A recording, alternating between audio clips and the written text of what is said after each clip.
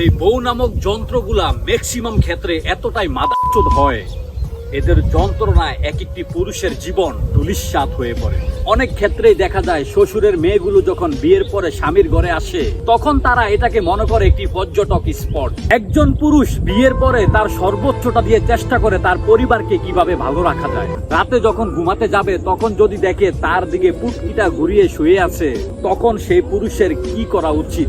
যারা বিয়ে করে ঘরের ভিতরে বউ নামক টেপ রেকর্ডার নিয়ে আসে, আমার মনে হয় তাদের মতো কপাল পোড়া এই পৃথিবীতে দ্বিতীয় আর কেউ নেই। এই বউ নামক যন্ত্রগুলা ম্যাক্সিমাম ক্ষেত্রে এতটাই মাদাচ্চোদ হয়, এদের যন্ত্রণায় এক একটি পুরুষের জীবন ধূলিসাৎ হয়ে পড়ে।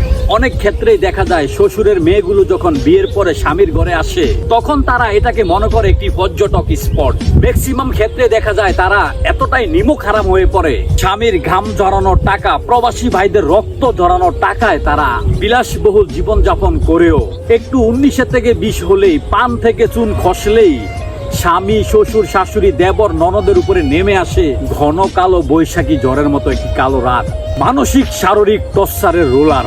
আর ওই সময় যদি স্বামী স্ত্রীর এই সমস্ত কথার প্রতিবাদ করতে যায় তখনই শুরু হয়ে যায় দ্বিতীয়, তৃতীয়, চতুর্থ মহাবিশ্বযুদ্ধ।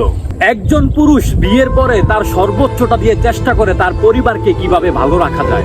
মাথার ঘাম পায়ে পেলে দিন রাত এক করে প্রবাসে গিয়ে গ্রাম থেকে ঢাকা এসে বিভিন্ন জায়গায় নানানমুখী কাজের সন্ধানে তিনি নেমে পড়ে শুধুমাত্র তার পরিবারকে সুখে রাখবার জন্য। সারাদিন পরিশ্রমের পরে একজন পুরুষ যখন বাসায় গিয়ে দেখে তার ওয়াইফের মুখ খোলা, গাল খুলিয়ে রাখছে, কথা বলে না, রাতে যখন ঘুমাতে যাবে তখন যদি দেখে তার দিকে পুটকিটা ঘুরিয়ে শুয়ে আছে, তখন সেই পুরুষের কি করা উচিত?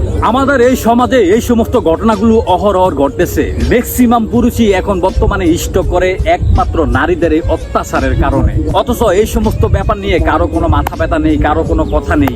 অথচ একজন পুরুষ যখন একটা নারীর গায়ে হাত তোলে, একটা পুরুষ যখন কোনো একজন নারীর বিরুদ্ধে স্টেপ নেয়, তখন আমাদের দেশের কিছু আমলা রয়েছে, কিছু নারীবাজ রয়েছে, তারা একত্রিত হয়ে সেই পুরুষের বিরুদ্ধে উঠে পড়ে লেগে পড়ে।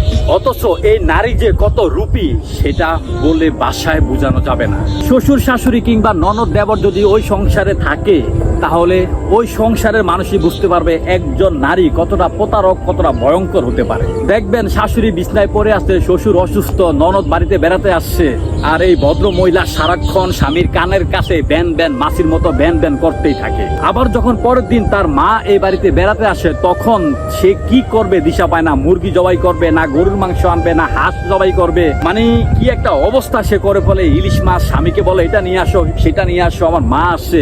আর শয়তানের বাচ্চা, তোর শাশুড়ি, তোর শ্বশুর এতদিন ধরে অসুস্থ, তোর কোনো খোঁজ খবর নেই, আজ তোর মা চলে আসার পরেই তোর এত ভালোবাসা কোত্থেকে আসলো।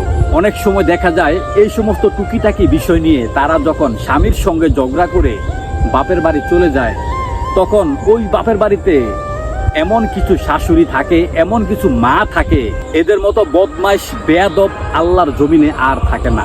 এই যে মেয়েটা তার স্বামীর সঙ্গে ঝগড়া করে বাপের বাড়িতে গেছে, ওই মায়ের উচিত তার মেয়েকে প্রশ্ন করা, কেন আসছো, স্বামী ছাড়া কেন আসছো, তোমার স্বামী কোথায়? অনেক ক্ষেত্রে দেখবেন ওই সমস্ত শাশুড়িরা এইসব কোনো প্রশ্ন না করে উল্টো তার মেয়েকে আরো আশ্রয় প্রশ্রয় দিয়ে মাথায় তুলে ফেলে।